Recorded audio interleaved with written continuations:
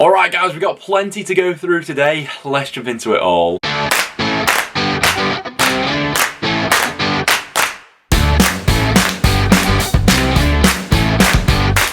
Guys, welcome back to another video on the channel. What we're going to do for this one is sort of split it into two parts. First half of the video, we're going to go over all of the weekend's action from the Championship. We've got 7 games to quickly go through. And we're then going to dive into some more transfer rumours, because plenty has happened since we last spoke about this subject in terms of completed deals. The rumour mill is now well and truly in full swing since the January window has now opened. So I'll leave all the timestamps in the description down below if you want to skip around the video. As always, if you go want to enjoy, make sure to go ahead and leave a like. We've got loads of cool content coming out throughout January relating to the transfers. But before we jump into any of that, let's quickly go through all of the weekend's action. So starting out at Bloomfield Road, where we have Blackpool getting back to winning ways with a 1-0 win over Hull City. Gary Madine's penalty being enough to separate these two sides. Well won penalty by Josh Bowler, obviously previously of Hull City. Nice little bit of trickery cutting in from that right hand side. Josh Bowler, a player by the way, who we'll talk about in the second half of today's video when we get into some of the transfer rumours. But from that point onwards, Hull certainly had the chances to get back into this game, but Daniel Grimshaw had an absolute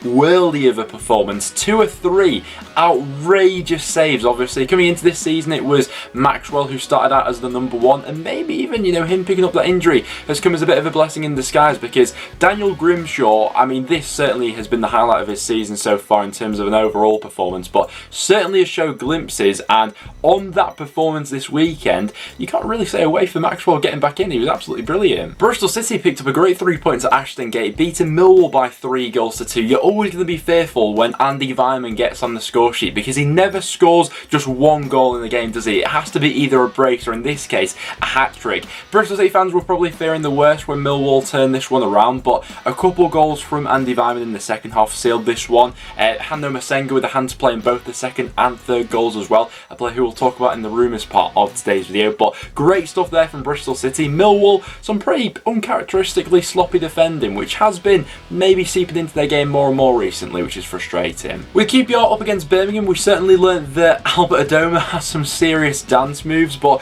QPR well back in the playoff picture now with back-to-back wins. Birmingham, on the other hand, more of the same frustrations really. It's just 1 win in their last 8 Championship matches now. They may be pleased to have the respite of the FA Cup weekend coming up next, because it's really quite a torrid run that they find themselves on at the moment. But brilliant 3 points there for QPR, Adoma and Chris Willock with the goals for them. Chris Willock's goal especially, lovely finish. For Blackburn up against Huddersfield, now I predicted this game to be a 5-goal thriller, and so of course this one finishes as a goalless draw in the end, doesn't it? In all seriousness though, there were some chances in this game. I don't think that the referee was particularly the most popular man come the full-time whistle at Ewood Park either in this one. But both sides still very much in the playoff hunt. Blackburn climb up to 2nd in the league with the point, and Huddersfield consolidate their place in the top 6. West Brom up against Cardiff was absolute carnage in the end, and we'll speak about West Brom a little bit more later on in the video when we get into talking about the done deals and the rumours. But for Cardiff, they took the lead going into half-time. Collins with the goal. Once again, quite sloppy stuff from West Brom in that first half. Second half, they get back into the game.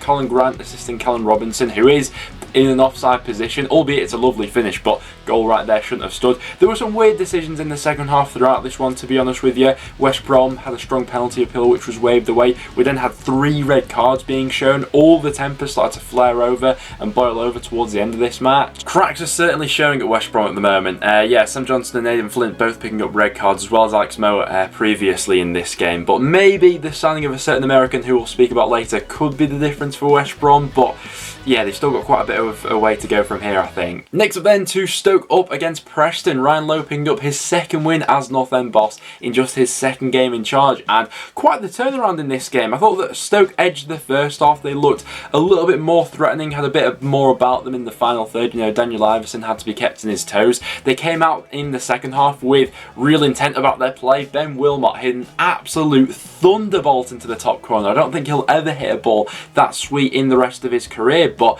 after that, and it probably coincided with Fletcher going off injured, there was a real sort of energy dump from this Stoke squad, and we didn't really see them threaten North End all too much after that point. You know, Sam Surridge came on, didn't really have all too much of an impact, and you could just feel North End growing back into the game. We had much more about us in the second half. Brad Potts hits an absolute worldie of a goal. He seems to be flying through the air as his acrobatical scissor kick goes into the back of the net. Andy Hughes then pops up with a winner from a set piece, and overall a brilliant turnaround from North End. Stoke though, yeah, they really seem to be having their problems at the moment. We've spoken a lot about their injuries and things recently, but that drop off in performance in the second half is a real worry for them at the moment because it's been a continuing trend. And then we saw a miraculous comeback from Derby to level things up late on at Reading to finish as a 2-2 draw. Reading fans, how are you guys feeling in the morning after this one? Because it was such a positive start, you know. Junior Hoylett with that absolute worldie of a strike to make it 1.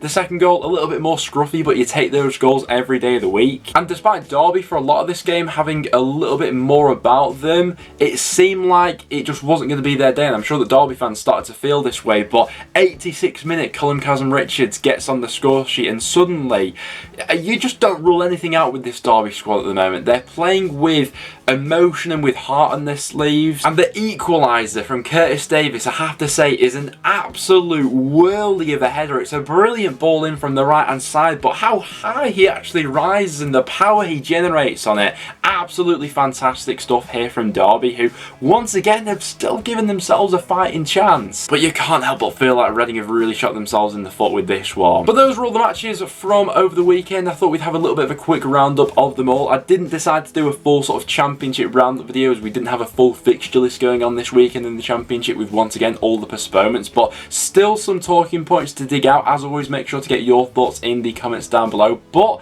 now, without any further ado, let's hop over into some of the transfer news which we've had in the Championship recently. So we'll start out with some recalls which have happened recently in the Championship. Ryan Wintle has been recalled from his loan spell at Blackpool to his parent club Cardiff. Now, I'm sure that Blackpool fans heading into the month of January were probably fearing the worst with this situation. Wintle had done really well up until this point of the season for the Seasiders, but with Cardiff in the position that they're in at the moment, in need of strengthening that midfield area, you can understand why they've gone ahead and done so. What it does do though is it does leave Blackpool a little bit short in those central positions. I would expect Blackpool to dip into the market in this area. However, the Cardiff squad is also looking a little bit lighter, with Ryan Giles being recalled to his parent club Wolves from Cardiff. Cardiff fans, I'm sure, will be absolutely gutted about this one, because I think that on his day, Ryan Giles is arguably one of the best crossers of the ball in the Championship. Some of his deliveries so far this season have been absolutely out of this world.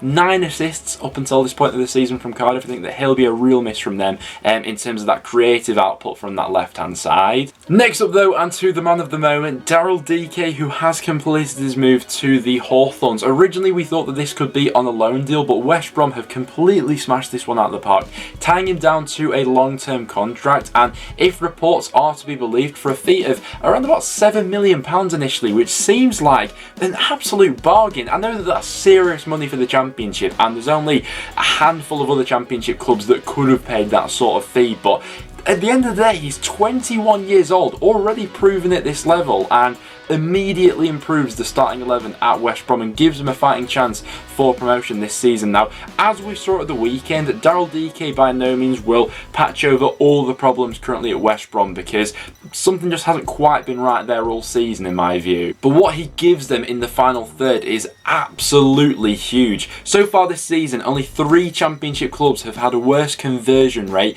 in the Championship than West Brom. Those 3 clubs are Barnsley, Hull and Birmingham. West Brom so far this season have had a conversion rate of just 5.8%, which is really quite shocking, to be honest, when we look at the personnel in that squad. In the second half of last season, Daryl Dike was one of, if not the most clinical players in the league for Barnsley, so he's already got that established relationship with Ishmael. He's a perfect fit in terms of style of play. He's 21 years old as well, so will have that resale value if he goes ahead and smashes it over the next couple of years for West Brom. I don't think this is the switch to automatically fix everything at West Brom, but it's certainly a massive step in the right direction. And the loan market in the Championship has been fairly busy so far. We've had Morgan Whittaker completing his loan move to Lincoln for the rest of the season from Swansea. Keenan Davis has moved over to Nottingham Forest on loan from Aston Villa. We spoke about this rumour last time on the channel, but a decent bit of business there. Always felt like Keenan Davis needed that loan move away from Villa to get a little bit more regular game time, and Forest certainly needed more depth in that forward department. We've seen Aaron Connolly move over to Middlesbrough for the rest of the season, completing a loan move from Brighton. We also spoke about this deal last time as well. It certainly has more firepower to the Middlesbrough forward line. And we saw Teden Mengi complete a loan move to Birmingham. We have seen Mengi in the Championship previously, had a brief spell with Derby County, and in that time certainly showed some of his potential. I think he is still quite a sort of raw player where that potential needs to be sculpted into something, but seems like a decent deal for the rest of the season. But those are some of the completed deals which we've seen go through in the Championship over the past couple of days. I'm sure that the deals will continue to roll in, and now that we are in January, I'll make these transfer videos a little bit more regular. Now, without any further ado though, let's hop into some transfer rumours. And starting out with Blackpool's Josh Bowler, there is a serious interest from Nottingham Forest in the Blackpool winger at this point in time. Now, this is quite the interesting transfer story, because when you look at Josh Bowler's numbers, they don't really reflect on how good he's actually been for Blackpool so far this season in terms of his goals and assists output. He's top of the Championship at the moment for the most successful dribbles completed in the league with 67, and if you're getting a player like Josh Bowler, that's really what he's all about. His trickery on the ball, his ability to sort of weave in and out of people, get out of tight situations, and be a real threat, especially from that right hand side. Now, his contract is expiring at the end of the season, so he's only got a matter of months left on that. However, I do believe that Blackpool have the option to extend that by another year, which you'd imagine they go ahead and do. With that limited time left in his contract though, it does leave Blackpool in an interesting situation with this one, where if Forest were to put in a tempting sort of bid, they may be, their hand may be forced to go ahead and accept this one. But interesting one to keep your eye on, understandably so. I can see why a club like Forest would be after a player like Bowler. Freiburg in the Bundesliga are said to be looking at Bristol City midfielder Han-No Masengo. Now, I would be a little bit sad to see Masengo go, to be honest with you, because this season, although it has been disrupted once again by injuries at times, has finally felt that Masengo is properly finding himself in this Bristol City midfield now. His performance at the weekend against Millwall I thought was absolutely fantastic, especially in that second half where he was really influential from those areas, picking out passes and things like that. But he's out of contract in 2023, and Sky in Germany have been reporting that Freiburg would be willing to pay anywhere from sort of 4 to 6 million for the Bristol City midfielder. Now, they did pay quite a sizable amount in the first place to go ahead and get Masengo. They paid about 3 million up front, I think, with that potentially rising to around 8 million with, different add-ons and clauses and things. But he's out of contract in 2023, so Bristol City face quite the decision here if they don't manage to time down to a new long-term contract. Bristol City fans, what do you think is the best way for this one? Like I said, will be pretty sad to see him move on from the Championship, because I really think there's a cracking player in there. Just before Christmas, a report came out about Wigan being interested in North End striker Ched Evans, but honestly, I'd be surprised if we were willing to let him go, to be honest with you. He's not played all too much football so far this season, but that mostly down to him struggling with an injury. But when he has been in the side, he's been probably one of our more threatening forwards, to be honest with you. I thought he played quite well again at the weekend, and he does give us something a little bit different that, the likes of Maguire, Sinclair, Reese don't really offer in that area. But North End are still looking to strengthen those forward areas, and we have been linked with the move for Plymouth striker Ryan Hardy. Obviously, the link here being Ryan Lowe coming in to raid his former club. And it doesn't surprise me that we are after another forward. We look at the contract situations at the moment with Scott Sinclair, who's running out at the end of the season, Tom Barkus, and we're not sure whether he's going to be signing on or not. And so someone like Hardy, who clearly already fits the playstyle and has that established relationship with the manager, would make sense at the moment. 9 goals, 4 assists in League One, one to keep your eye on. Ethan Laird has been recalled from his loan spell at Swansea City and is set to go to Bournemouth for the rest of the season. Now, this is quite the blow here from Swansea, because they were really starting to develop something under Russ Martin. Ethan Laird was quite the integral figure in that as well, playing out on the right hand side as that right wing back. I think he's had several sort of standout performances for Swansea so far this season, but Bournemouth have come calling, and in the end it seems like this is the destination for him. Now, it will be a quite significantly different role that he'll be playing at Bournemouth compared to at Swansea. Swansea play with that back three and the 2 wing backs. Bournemouth have preferred that back 4 so far this season, and this is something that Swansea, I suppose, have been on the other end of in previous years. thinking back to that sort of Conor Gallagher loan spell. He was on loan at Charlton. Swansea then went ahead and picked him from there. there to get him on loan for the rest of the season, and this is sort of like the reversal of that. Losing him is a massive blow for them though, but it does seriously add some depth to this Bournemouth squad. And the departure from Bournemouth, Steve Cook is on his way to Nottingham Forest. By the time that you guys are watching this one may have already been confirmed, but having his medical today, I believe, and seems like a sensible bit of business here from Nottingham Forest. Adds a bit of leadership and experience into that back line, and since they've sort of transitioned into playing with three at the back, they were probably in need of another one in this sort of area. You know, Ryan Yates has filled into that position so far this season. That'll allow him to push back into midfield, and you'd imagine that Cook would slot into the middle of that back three. Nottingham Forest are said to be preparing another bid for Derby fullback Lee Buchanan. They were seriously interested in him in the summer transfer window, putting as many as 3 bids, I believe. But that interest has since resurfaced. Buchanan has been out with an injury for Derby since around November time. But what you're buying here is serious potential. You can see why a manager like Steve Cooper especially would be interested in this deal. Buchanan's contract at Derby expires at the end of the season, although they have the option to extend that by another year. And Nottingham Forest are also pushing for a move for Jed Spence on a permanent basis. He's been on loan at Forest from Borough for the season so far and has done an absolutely terrific job. In the usual circumstances, you'd say that Middlesbrough are absolutely crazy for letting go of a player as good as Spence and as young as he is at only 21 years old. But with Isaiah Jones doing so well at Borough currently in that right wing back role, there's probably not the need to recall Spence, and maybe to make some money off of him, this could end up being a deal which suits both clubs. Blackburn are said to be in advanced talks for Sheffield United forward Oliver Burke. Now, really the last sort of 5 or so years of Ollie Burke's career haven't exactly gone to plan. The move to Sheffield United certainly hasn't materialised all too well. He's not featured for them all too much so far this season, and a move sooner rather than later was always going to be inevitable. Wherever he's ended up landing, he's never really shown that potential that he showed in his early days at Nottingham Forest. But part of me sort of thinks that out of any Championship club, Burke might be best suited to Blackburn Rovers with their play style and what he has as his attributes.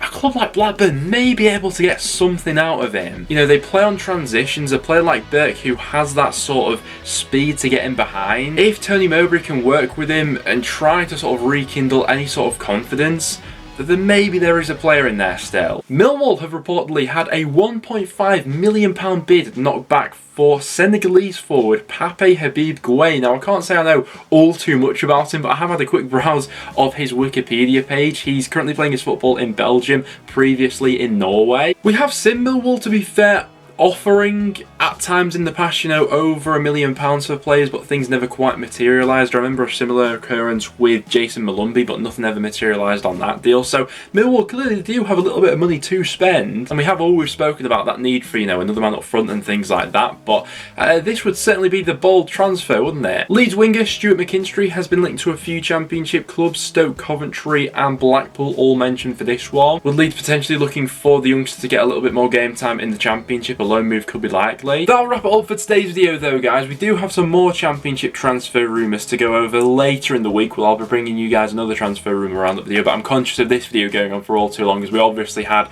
all the matches over the weekend to go ahead and round up as well. But if you want to see a rumour included in the video later on in the week, make sure to get them in the comments down below. Apart from that though, guys, thank you very much for tuning in. Things are just going to continue to heat up as we get further into January, so as always, if you did go on to enjoy, make sure to leave a like and do stick around and subscribe for some regular Championship content. Apart from that, thanks for watching, guys, and I'll see you all in the next one.